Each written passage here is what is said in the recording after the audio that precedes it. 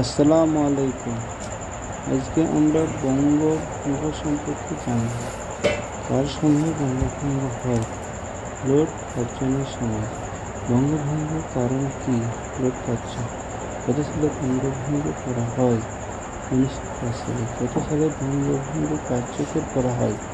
1905 সালে। বঙ্গভঙ্গ রোধের ঘোষণা দেন কে? রাজা পঞ্চম জর্জ। বঙ্গভঙ্গ রোধের কারণ কি? Lord Hardinge. কত সালে বঙ্গভঙ্গ রোধ করা হয়? 1911 সালে। বঙ্গভঙ্গ কী ধরনের সংস্কার ছিল? প্রশাসনিক সংস্কার। বঙ্গভঙ্গের মাধ্যমে বাংলাকে কয় ভাগে বিভক্ত করা হয়? 2 ভাগে। বঙ্গভঙ্গ এর মাধ্যমে সৃষ্টি প্রদেশের নাম কি? বাংলা প্রদেশ, পূর্ববঙ্গ ও আসাম প্রদেশ।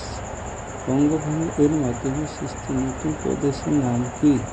পূর্ববঙ্গ ও আসাম প্রদেশ। বঙ্গভঙ্গের মাধ্যমে নতুন কার্যকর স্বার্থ সংরক্ষিত হয় মুসলমানদের। দেশ পরিবর্তন বঙ্গভঙ্গ মুসলমানদের স্বার্থে অনুকূল বলে মত প্রকাশ করে নবাব সলিমুল্লাহ। এটা ছিল বঙ্গভঙ্গের কারণ। আপনাদের যাদের ভালো লাগবে আপনারা সাবস্ক্রাইব করে দেবেন, বেশি বেশি শেয়ার করে দেবেন। ধন্যবাদ আপনাদের।